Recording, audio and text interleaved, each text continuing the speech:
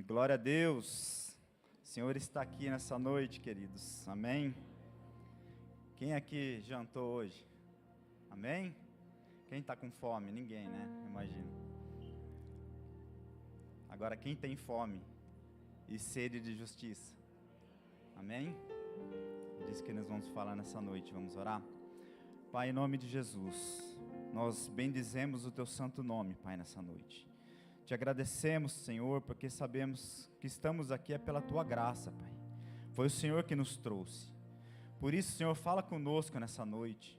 Usa, Senhor, a minha vida, Senhor, nesse altar, Pai, para falar com Teus filhos, ó Pai, nessa noite. Que cada um, Senhor, possa sair daqui cheio da Tua presença, Pai, em nome de Jesus. Aquele que chegou aqui desanimado, Pai, aquele que chegou aqui precisando, Senhor, de um renovo, de uma restauração, fala com Teus filhos nessa noite, Pai, para que todos possam entender o que é ter fome e sede de justiça, Pai, nessa noite, em nome de Jesus. Amém. Amém, queridos? Então vamos para a palavra de Deus. Vai comigo, por favor, em Mateus, capítulo 5, versículo 6.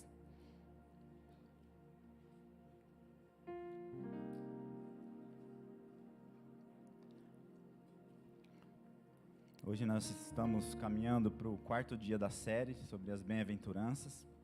E hoje nós vamos falar, bem-aventurados, os que têm fome e sede de justiça, porque serão fartos. Amém?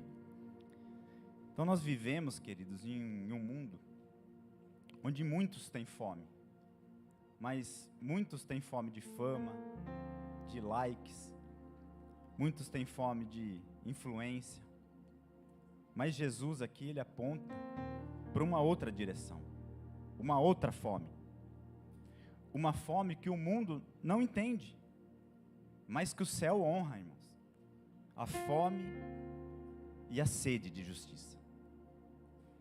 Essa não é uma fome física, ela é uma fome da alma, é o clamor de quem não se conforma com a corrupção, com a maldade, com o pecado, dentro e fora de si, irmãos. E Mateus, ele apresenta Jesus aqui como rei. E o Sermão do Monte é considerado a plataforma do seu reino aqui. Certamente o Sermão do Monte não é uma descrição da vida do mundo, mas a descrição do caráter da vida daqueles que fazem parte do reino de Deus. E se vocês perceberem aqui, as bem-aventuranças, elas não estão colocadas aqui de uma forma aleatória. Existe uma sequência lógica aqui, desde o primeiro dia da série. Primeiro as pessoas reconhecem o seu pecado, ela é humilde de espírito. Depois a pessoa chora pelo seu pecado. Depois a pessoa é mansa. Ela admite diante de Deus e dos homens quem ela é.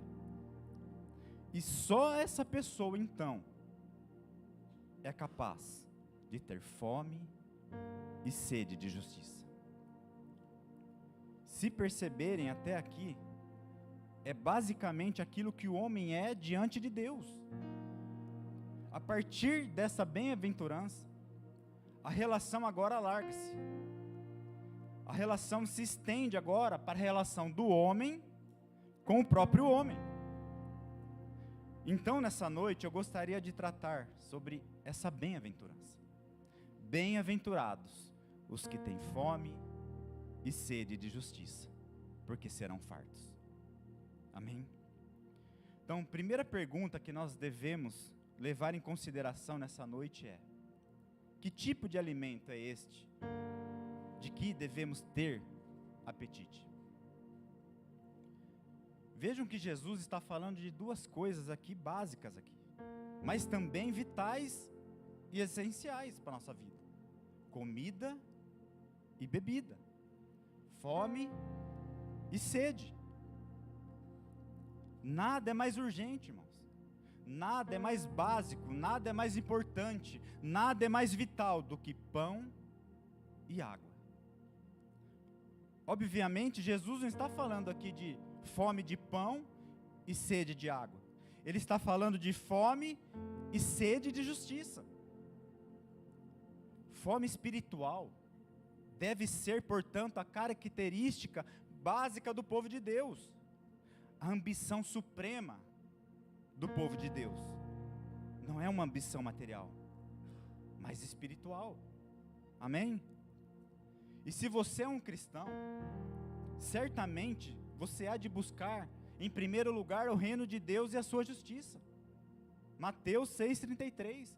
Buscai em primeiro lugar o reino de Deus e a sua justiça, e todas as demais coisas vos serão acrescentadas. Então, o que seria essa justiça?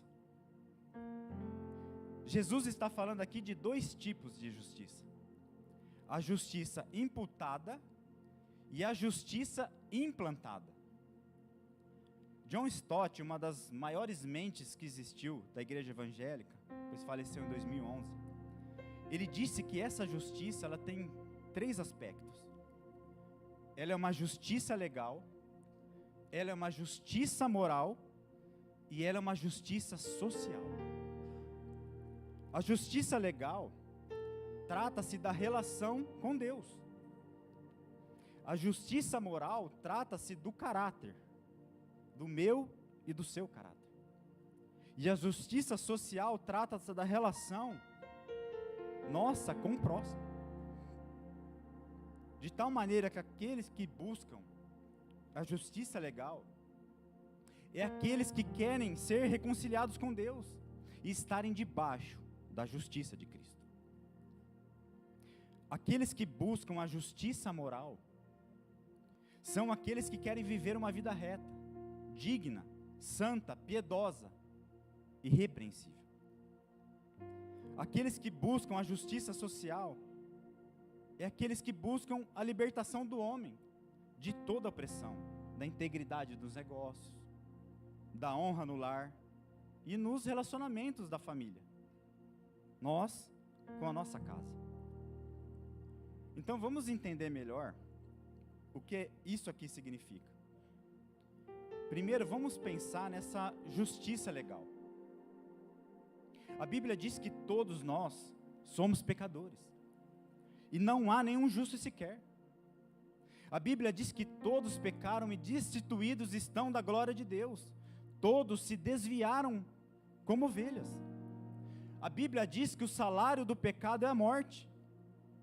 A Bíblia diz que eu e você um dia vamos ter que comparecer diante de Deus e dar conta para Deus da nossa vida. A Bíblia diz que quando Jesus se assentar no seu trono, Ele vai julgar as nações. Ele vai julgar a mim e a você. Nós vamos ser julgados segundo as nossas palavras, segundo as nossas ações, segundo as nossas obras, segundo as nossas omissões e segundo os nossos pensamentos. Nenhum de nós poderá ser justificado diante de Deus pelos nossos méritos, pelas suas obras ou pelos seus feitos. Então diz a Bíblia que não há nenhuma possibilidade do homem salvar-se pelos seus méritos, pela sua religiosidade, pela sua moralidade, pelas suas qualidades. O que o homem não pode fazer, Deus fez por ele, amém, irmãos? Então Deus mandou seu Filho Jesus como nosso representante, como nosso fiador, como nosso substituto. Então Cristo, ao vir a esse mundo, Ele tomou o nosso lugar. E quando Ele foi na cruz, é como se eu e você estivéssemos na cruz. E Ele morreu então, em seu lugar, em seu favor. E quando Ele morreu na cruz, Ele pegou o escrito da dívida, que era contra mim e você, Ele rasgou, irmãos. E o anulou, e o encravou na cruz. E dessa maneira Ele pagou a sua dívida. Ele perdoou os seus pecados. E dessa maneira Ele depositou o seu crédito, toda a sua infinita justiça. De tal maneira, que quando Deus, Ele olha para você, não há mais pecado. Não há mais condenação, porque o seu pecado foi perdoado. A culpa que estava sobre você e sobre mim, estava sobre Jesus. E o pecado que você estava com Ele, que merecia o juízo e a condenação, Jesus levou sobre si e morreu a sua morte e sofreu a sua penalidade e justificou você, depositando em sua conta a sua injustiça e a infinita justiça. Aleluia, irmãos. Essa é a justiça legal que nós temos, que devemos ter sede dela. Mas agora, o que seria essa justiça implantada? Você foi justificado, você recebeu uma nova natureza aqui. Mas a velha natureza não acabou, irmãos. Nós recebemos uma nova natureza. Diz Pedro que nós somos coparticipantes da natureza divina. Nós nascemos da divina semente. Agora você é uma nova criatura. Entretanto, a velha natureza ainda está dentro de você. Ainda você colhe em contradições. Ainda você tem uma inclinação para o pecado. Ainda você pode desejar o mal. Você pode praticar o mal. Ainda você transgride os mandamentos de Deus. Ainda você deposita aqui e desobedece os mandamentos de Deus. Ainda você tropeça, ainda você cai, ainda você entristece o Espírito Santo, ainda você ofende a Deus, ainda você ofende o seu irmão, que é criado à imagem e semelhança de Deus. Então, o que seria essa justiça implantada? É quando você anela, é quando você anseia, querido, é quando você deseja ardentemente adotar os valores de Deus, os princípios de Deus na sua vida diária e prática. O Senhor Jesus disse no Evangelho de Mateus, capítulo 5, versículo 20, coloca para mim, por favor. Mateus, capítulo 5, versículo 20.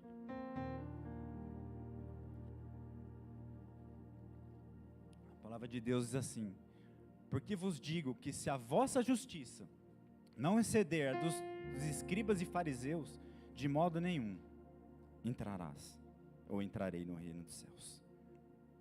Aquele que ama a justiça, ama a santidade, ele ama a obediência, ele ama a fidelidade, ele ama a pureza. Aquele que ama a justiça é aquele que quer andar de acordo com a vontade de Deus, de acordo com o propósito de Deus. Amém, irmãos? Aquele que ama a justiça e tem sede de justiça, é aquele que fica triste quando entristece o Espírito Santo. É aquele que chora pelos seus próprios pecados. É aquele que anseia mais do que ouro, ele anseia a santidade. É aquele que anseia mais do que prazeres, ele anseia a obediência. É aquele que tem fome de justiça. Mas o que seria uma pessoa ter fome de justiça? Que nós poderíamos chamar de justiça social. Nós vivemos em um mundo complexo, injusto, em um mundo tantas vezes opressor. Nós vivemos em uma época em que tantas vezes o inocente é tido como culpado e o culpado é tido como inocente. Nós vivemos em um mundo em que Cristo é condenado e um Pilatos está no trono. Nós vivemos em um mundo em que tantas vezes o ímpio é aplaudido, é condecorado, enquanto o justo piedoso é escorraçado e é perseguido. Então, o que é ter fome de justiça social? Quem tem fome de justiça social não se conforma com a injustiça, ele abomina o mal. Ele defende os direitos do fraco, as causas dos oprimidos.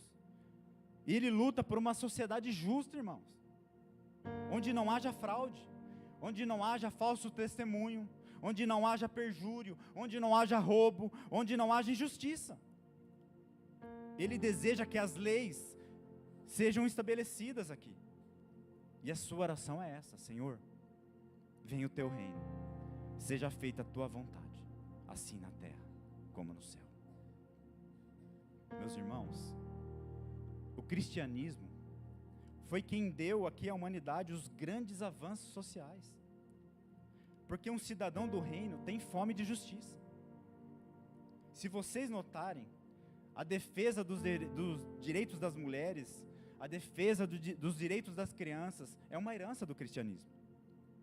Se vocês notarem, o maior combate aqui à escravidão no mundo foi liderado por cristãos. John Wesley, William Wilberforce na Inglaterra. Eles lutaram bravamente por essa causa. Se vocês notarem, a luta pela questão da quebra do preconceito racial foi uma bandeira do cristianismo. É uma bandeira dos cristãos. Bem-aventurado, diz a Bíblia, aqueles que têm fome e sede de justiça. Amém, queridos? Agora, já que nós olhamos a justiça, vamos olhar para a palavra de Jesus aqui. Bem-aventurados os que têm fome e sede. O que seria essa fome e sede que ele está dizendo aqui? Segundo lugar, então, vamos olhar que tipo de apetite é esse. Observe comigo alguns pontos aqui ligados ao apetite. Primeiro, um morto não tem apetite. Apetite é algo que só os vivos têm. Amém? Então não existe restaurante no cemitério, irmãos. O morto não tem apetite. Uma pessoa morta nos seus delitos e pecados não tem fome e sede de justiça. Uma pessoa que nunca nasceu de novo não tem fome e sede de justiça. Uma pessoa que não experimentou aqui o toque regenerador do Espírito Santo não tem fome e sede de justiça. Só aqueles que receberam vida em Cristo Jesus têm fome e sede de justiça. Amém? Aliás, se no mundo físico o sinal da vida é a fome, uma criança ao nascer chora e chora de fome, e a primeira coisa que a criança ela pede, o que ela busca? O leite materno, o leite da sua mãe. E Pedro, interpretando isso, ele disse que nós, que nascemos de novo, também devemos desejar o puro, genuíno leite espiritual. Então, se você é nascido de novo, pode ter certeza de uma coisa, querido: você aspira as coisas de Deus. Se você não aspira as coisas de Deus, se as coisas de Deus são para você um enfado, um cansaço, um tédio, se as coisas de Deus lhe traz para você aqui canseira, irmãos, você precisa se questionar. Questione a si mesmo. Se questione, querido, porque esta é a marca dos filhos de Deus. Amém? Mas a outra coisa que eu quero chamar sua atenção aqui, o problema da falta de apetite. Vocês já pararam para perceber que quando uma pessoa ela fica doente, via de regra, o que acontece com ela? Ela perde o apetite.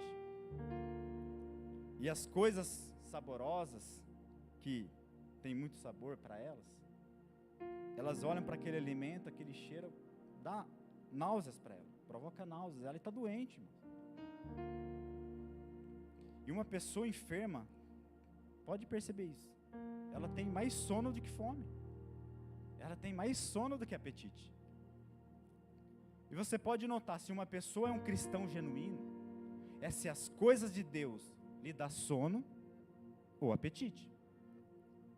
Se ela tem fome de Deus, ou se ela anseia pelas coisas do mundo. Outras pessoas são como as crianças. Quando a gente passou por aquela fase lúdica, quem é mãe, quem é pai que sabe. As crianças, elas se entretêm tanto ali, se entretêm tanto com as brincadeiras, com o entretenimento, com os brinquedos, com as diversões, que muitas vezes elas esquecem de comer, de ir no banheiro. Meu filho é assim. E muitas vezes há pessoas que buscam entretenimento espiritual e não fome das coisas de Deus. As pessoas querem diversão espiritual e não alimentar-se com um pão vivo do céu, irmãos. Aquele que tem fome de Deus anseia pela palavra, anseia pela comunhão com Deus, anseia pelo culto divino. Aleluia, irmãos. Agora, um outro perigo em relação ao apetite é a desnutrição, irmãos. Uma pessoa que não se alimenta direito, ela vai ter um sério problema. E eu fico pensando, será que nós estamos dando o mesmo valor para as coisas de Deus que damos para as coisas físicas, materiais? Você toma café de manhã, você almoça, você toma café da tarde, à noite você janta, você faz um lanche. E se faltar alguma dessas refeições aqui, a gente fica inquieto, não é verdade? E se você passar uma semana sem se alimentar, você se enfraquece. Vocês já pararam para perceber que muitas pessoas tomam uma única refeição espiritual por semana? Há pessoas que não leem a Bíblia em casa. Há pessoas que não oram em casa. Há pessoas que não meditam na palavra de Deus. Há pessoas que vêm à igreja só uma vez por semana. E quando vêm, irmãos? E vocês pensam que com essa dieta espiritual, dessa forma, elas poderão ter uma vida espiritual robusta? Certamente, quem está vivendo uma deficiência na sua dieta espiritual vai também ficar desnutrido espiritualmente. Vai ficar fraco na fé. Mas uma outra coisa, irmãos. Há pessoas que acabam consumindo um alimento ou uma alimentação inadequada. Não tem nada mais prejudicial à saúde do que comer um alimento estragado. Seu estômago, ele não aceita, irmãos, ele repulsa esse alimento. Porque se você se alimentar de coisas estragadas, de um alimento contaminado aqui, ou com uma data de validade vencida, ele poderá ser um dano à sua saúde. Sim ou não, queridos? Amém. Assim é na vida espiritual. A Bíblia fala em 2 Reis 4, do grande perigo de existir a morte na panela.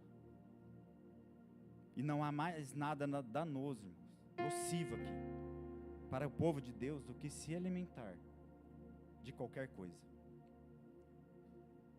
Há muitos alimentos que são nocivos, irmãos, que são perigosos, que são venenosos. E nós estamos vivendo numa época em que há muita morte na panela. Tem muito alimento estragado sendo dado para o povo de Deus aí fora, irmãos. A morte nos púlpitos, a morte nos livros, a morte nos filmes, a morte nas músicas, irmãos. Mas nós precisamos nos acautelar e entender de que tipo de alimento nós estamos ingerindo, para não sermos enfraquecidos, amém? Há pessoas que estão buscando muito mais hoje o seu conforto pessoal do que a glória de Deus. Nós vivemos hoje um momento de transição delicadíssimo, irmãos, na questão da igreja evangélica no Brasil. Pode perceber que a maioria das mensagens que se escuta por aí hoje nas igrejas, por aí fora, são mensagens centradas no homem. É o que você quer, é o que agrada a você, é a prosperidade, é a cura, é a realização da sua vontade. A igreja hoje está se transformando num balcão de serviço, onde se atende o freguês, naquilo que o freguês quer. Você quer milagre? Vem aqui que tem. Você quer cura? É o nosso prato principal aqui. Você quer o quê? Prosperidade? É o que nós temos de melhor para te oferecer. Nós estamos aqui para atender o gosto do freguês. O evangelho agora não é mais o evangelho teocêntrico, irmãos, centrado em Deus, na glória de Deus, na salvação de Cristo, mas no bem-estar do homem. Mas eu louvo a Deus, queridos, que aqui nós temos pastores que têm pregado a palavra de Deus, pastores que têm vivido isso, irmãos, e que têm buscado e têm falado sobre isso, que o reino de Deus, que venha teu reino, a sua justiça, e que as demais coisas vos serão acrescentadas. Aleluia, irmãos. Glória a Deus. Acautelem-se, querido. Sorte na panela. Este não é o evangelho, este é outro evangelho, está dizendo aqui. Não é o evangelho da cruz, não é o evangelho de Jesus Cristo. E se nós ingerirmos esse alimento, ele nos trará aqui um grande mal espiritual. Amém? Mas há um outro problema em relação a esse apetite aqui. Há um outro problema, que é a desnutrição, porque ela produz também raquitismo. Uma pessoa que não recebe alimento saudável e suficiente, ele pode ficar raquítica espiritualmente. Agora, será que existem pessoas raquíticas dentro das igrejas, irmãos? Será que existem pessoas que não estão com deficiência nessa área?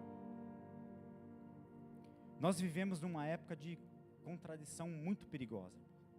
Vivemos o melhor dos tempos e o pior dos tempos também. Nunca houve uma geração tão privilegiada como a nossa, irmão. As nossas crianças já nascem sabendo o que é a internet. O mundo está na nossa sala, literalmente. Você pode usufruir o melhor do mundo, mas se você não tiver cuidado, você vai ter dentro da sua casa o esgoto do mundo também. Nós vivemos hoje a época em que a maior publicação de livros evangélicos de toda a história. Hoje só no Brasil nós temos mais de 20 tipos de bíblias diferentes de estudo, irmão. Você pode enfeitar a prateleira da sua sala só com Bíblia hoje. Mas você manda um crente abrir lá em Jonas, ele começa a abrir lá em Gênesis. Ele não sabe se tem Jonas ou onde está Jonas na Bíblia dele. Queridos, se nós não tivermos fome e sede de justiça, corremos o risco de ficar raquíticos espiritualmente. Nós corremos esse risco de ficar raquíticos, irmãos, espiritualmente. Corremos o risco de ingerirmos veneno pensando que estamos ingerindo alimento saudável. Mas agora vamos olhar um outro aspecto aqui. Vamos olhar algumas características desse apetite. Primeiro, o apetite é um desejo real. Nós não podemos fazer de conta que ele não existe, não é verdade? Ele existe, irmãos. Porque ninguém engana a fome aqui e a sede. A fome e a sede são necessidades. As necessidades mais essenciais da vida. Ninguém vive sem pão e sem água. Mas é perigoso também um crente ter um apetite aqui hipócrita. O que seria isso? O apetite hipócrita é aquela pessoa que deseja apenas as bênçãos de Deus, mas não deseja Deus. A religiosidade dele é uma barganha. Deus, eu vou te dar alguma coisa, mas eu também quero alguma coisa em troca. Na verdade, ele não está interessado em Deus. Ele está interessado nele mesmo. Ele está interessado apenas nele. Ele não quer a glória de Deus. Ele quer apenas o seu bem-estar. Deus é apenas aqui um instrumento, um abençoador. Deus está apenas para perdoar os seus pecados, para fazer a sua vontade, para lhe proteger, para lhe dar saúde, para lhe dar vida. Mas na hora de fazer um compromisso com Deus, de ter intimidade com Deus, ele não quer. É como Balaão, irmãos. Balaão, ele pediu o seguinte para Deus: eu quero morrer a morte do justo, mas eu não quero viver a vida do justo. Tem muita gente querendo morrer a morte do justo, mas não quer viver a vida do justo. E esse é o apetite hipócrita. O apetite hipócrita também, ele é condicional, irmãos. Ele quer Jesus, mas ele quer os pecados também. Jesus, eu te quero, mas eu não vou largar o meu pecado. Jesus, eu te quero, mas eu não vou deixar aquele pecado de estimação. Jesus, eu te quero, mas eu não vou deixar meus vícios, os vícios da bebida, do cigarro, da pornografia. Jesus, eu te quero, mas eu não vou largar a mentira. Jesus, eu te quero, mas eu amo a riqueza. O meu dinheiro, eu não vou deixar não. O jovem rico queria salvação, irmãos. Foi a Jesus buscando salvação, mas quando Jesus lhe deu o custo aqui, ele disse, não, eu prefiro ficar com o meu dinheiro e rejeitar a salvação. Esse é a sede e a forma hipócrita, e a fome hipócrita aqui, o apetite hipócrita e o desejo fora de tempo. A Bíblia diz que as 5 virgens nestas foram à porta do banquete, bateram na porta, dizendo, deixa-nos entrar. Mas ficaram do lado de fora, sabe por quê, irmãos? Porque elas quiseram entrar no banquete sem estarem preparadas para entrar no banquete. Tem muita gente que quer Deus, mas não quer Deus, e quer Deus só lá no finalzinho. Só lá no finalzinho da sua vida. Ele diz assim, pensando bem, eu vou viver a minha vida no pecado, eu vou curtir o que eu tenho para curtir, todos os prazeres do mundo que vai me oferecer. E lá no finalzinho, quando as luzes estiverem apagando, quando as cortinas estiverem fechando, no último apagar das luzes, no último suspiro, aí eu volto para Deus. Será que volta mesmo? A Bíblia diz que é a bondade de Deus que nos conduz ao arrependimento. Se Deus não tocar teu coração, nem a hora da morte, você se arrepende. Cuidado, querido. Não brinque com essas coisas, querido. Outra coisa, o apetite de quem tem fome e sede de justiça é um apetite constante. Você almoça hoje, amanhã você quer almoçar de novo. Você toma café hoje, amanhã você quer tomar café de novo. E as coisas de Deus também são assim. Você é saciado hoje, mas quer mais. Mais de Deus, mais da graça, mais do amor, mais da pureza, mais do poder de Deus. Sempre mais de Deus. Aleluia, irmãos. É como Moisés que conheceu a Deus lá na sarça ardente, irmãos. Ele conheceu o poder de Deus lá no Egito. Ele conheceu os milagres de Deus no deserto. Ele viu o dedo de Deus escrevendo com as letras de fogo na pedra, os 10 mandamentos. Mas ele chega para Deus e diz, Deus, eu quero mais, eu quero conhecer a tua glória. Aleluia, irmãos. É como Davi disse no Salmo 136, a minha alma tem sede de Deus, a minha alma anseia por Deus, mais do que os guardas anseiam pelo romper da manhã, romper da alva. Mas temos que entender uma coisa, o apetite é um desejo intenso, irmãos. E nós sabemos muito pouco que seja fome. Nós sabemos muito pouco que seja fome, irmãos. Nós sabemos que é vontade de comer. E crente sabe o que é comer, né, irmãos? Vontade de comer, querido, é quando chega 12:30, seu estômago já está roncando. Você diz, meu horário de almoço é 12:00, já é 12:30, eu estou atrasado. Você sabe que está chegando em casa, tem pão. Se não tiver, você passa num restaurante, você pede alguma coisa no fast food. Você tem dinheiro, você tem oportunidade de escolher o que você quer comer. Isso não é fome.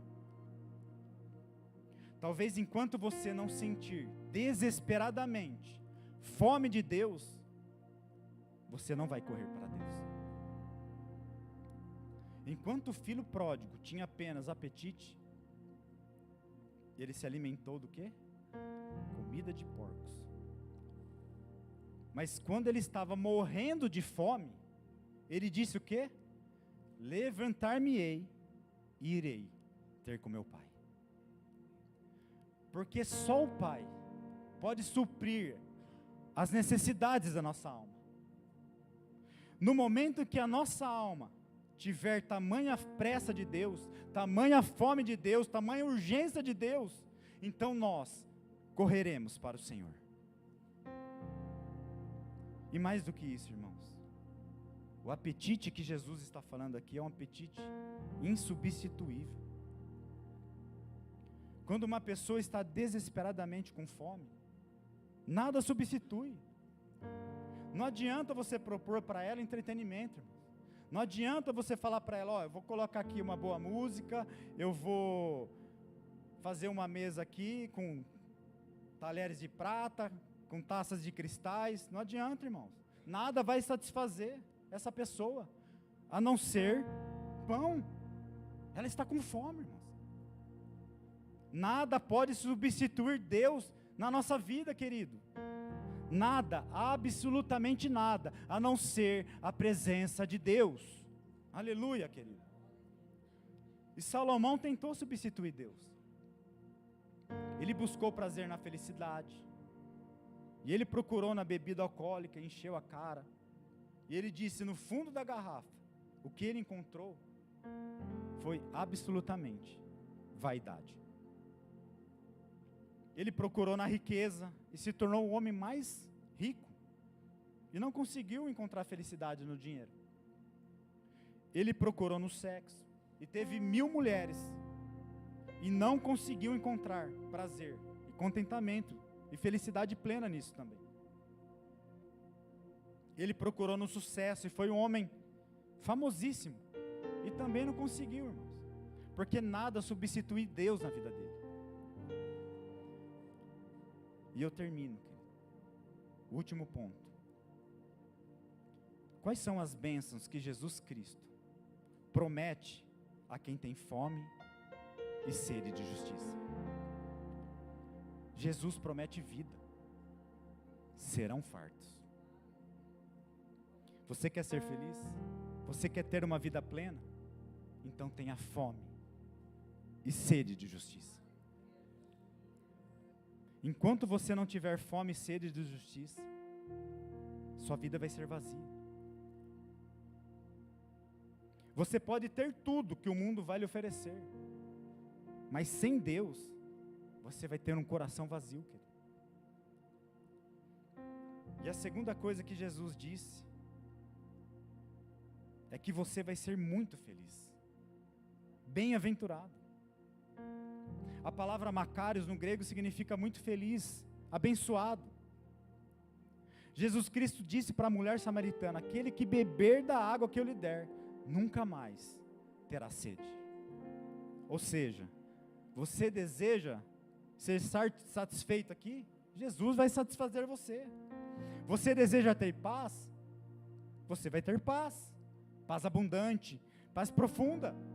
Você deseja salvação? Você vai ser salvo. Você deseja Deus? Você vai ter Deus. Você deseja um coração limpo? Você vai ter um coração limpo. Deus vai satisfazer plenamente a sua alma, porque só Jesus pode satisfazer plenamente a nossa vida. Aleluia, irmãos. Não apenas seus pecados serão perdoados, você vai ser justificado, você vai ser santificado, você vai ter um corpo novo, você vai entrar na glória, você vai estar com Cristo, você vai reinar com Ele, você vai ser herdeiro dEle, você vai tomar posse da herança, imarcessível, imaculada e gloriosa. Aleluia, irmãos. Essa é a plenitude que Deus preparou para você, que nem olhos viram, nem ouvidos ouviram, e que jamais penetrou no coração do homem, aquilo que Deus tem preparado para aqueles que amam a Deus. Amém, queridos? Agora, deixe-me dizer uma coisa para vocês, queridos, para a gente encerrar. Se você não tiver fome e sede de Deus agora, você pode ter sede de Deus tarde demais. Se você não for saciado agora, jamais você será. O homem rico morreu e foi para o inferno. E em tormenta ele clamou ali por uma gota de água, e até isso lhe foi negado. Aquele que não tem fome e sede de justiça agora, vai ter sede de misericórdia na eternidade. Aquele que não tiver fome e sede de justiça agora, sofrerá fome e sede para sempre, sem jamais ser saciado. O calor aumenta a sede. E a Bíblia diz que o inferno é um lugar de fogo e ranger de dentes aqui. Esse calor irá aumentar a sua sede por misericórdia, mas essa não lhe será alcançada. Mas hoje, agora, se o seu coração tiver fome e sede de justiça, não a justiça limitada e falha, mas a justiça que vem de Deus, então você conhecerá a verdadeira felicidade, porque quem busca a justiça divina não caminha em vão. Você será feliz agora, mesmo em meio às lutas, e feliz eternamente. Você será satisfeito agora, porque o Espírito Santo alimenta a sua alma, e será satisfeito eternamente, porque o próprio Deus será a sua recompensa. Pois bem-aventurados são os que têm fome e sede de justiça, porque serão fartos. Fartos do amor de Deus, da sua verdade e da paz que o mundo não pode oferecer. Amém? Se coloque de pé em nome de Jesus. Pedir para os músicos ir chegando. Você se colocou de pé, feche seus olhos agora, fale com o Senhor.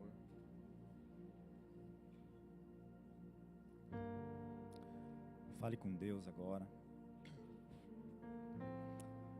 A Bíblia diz: examine-se, pois, o homem a si mesmo. Eu não posso examinar seu coração, mas você sabe. Você tem o diagnóstico da sua vida espiritual. Eu pergunto a você nessa noite: você tem fome e sede de justiça? As coisas de Deus são ansiadas, aneladas por sua alma? O que é que você mais busca? O que é que você mais deseja? O que mais atrai você? O que é que mais encanta a sua alma? De que é que você tem fome e sede? Hoje você pode experimentar fome e sede de justiça. Hoje você pode ser saciado. Hoje você pode ter vida eterna. Essa decisão é só sua, querido. Só você pode fazer isso. Se você anseia Jesus Cristo, se você anseia, Jesus te convida nessa noite. Vinde a mim, todos que estão cansados e sobrecarregados, e eu vos aliviarei. Jesus Cristo é essa água viva, irmãos. Vinde a mim todos vós que tendes sede. Esse é o convite de Jesus. Jesus disse que aquele que crer nele, como diz as Escrituras, do seu interior fluiriam rios de águas vivas. Aleluia, irmãos. Se você tem fome, venha até Jesus, querido. Venha até Jesus, querido. Sai do seu lugar, querido, você que tem fome de Jesus. Nós queremos orar por você. Quero chamar os pastores aqui. Em nome de Jesus. Ele é o pão da vida. Ele pode matar essa sede tua nessa noite. Ele pode dar significado e sentido para a tua alma. Então sai do seu lugar, querido, em nome de Jesus.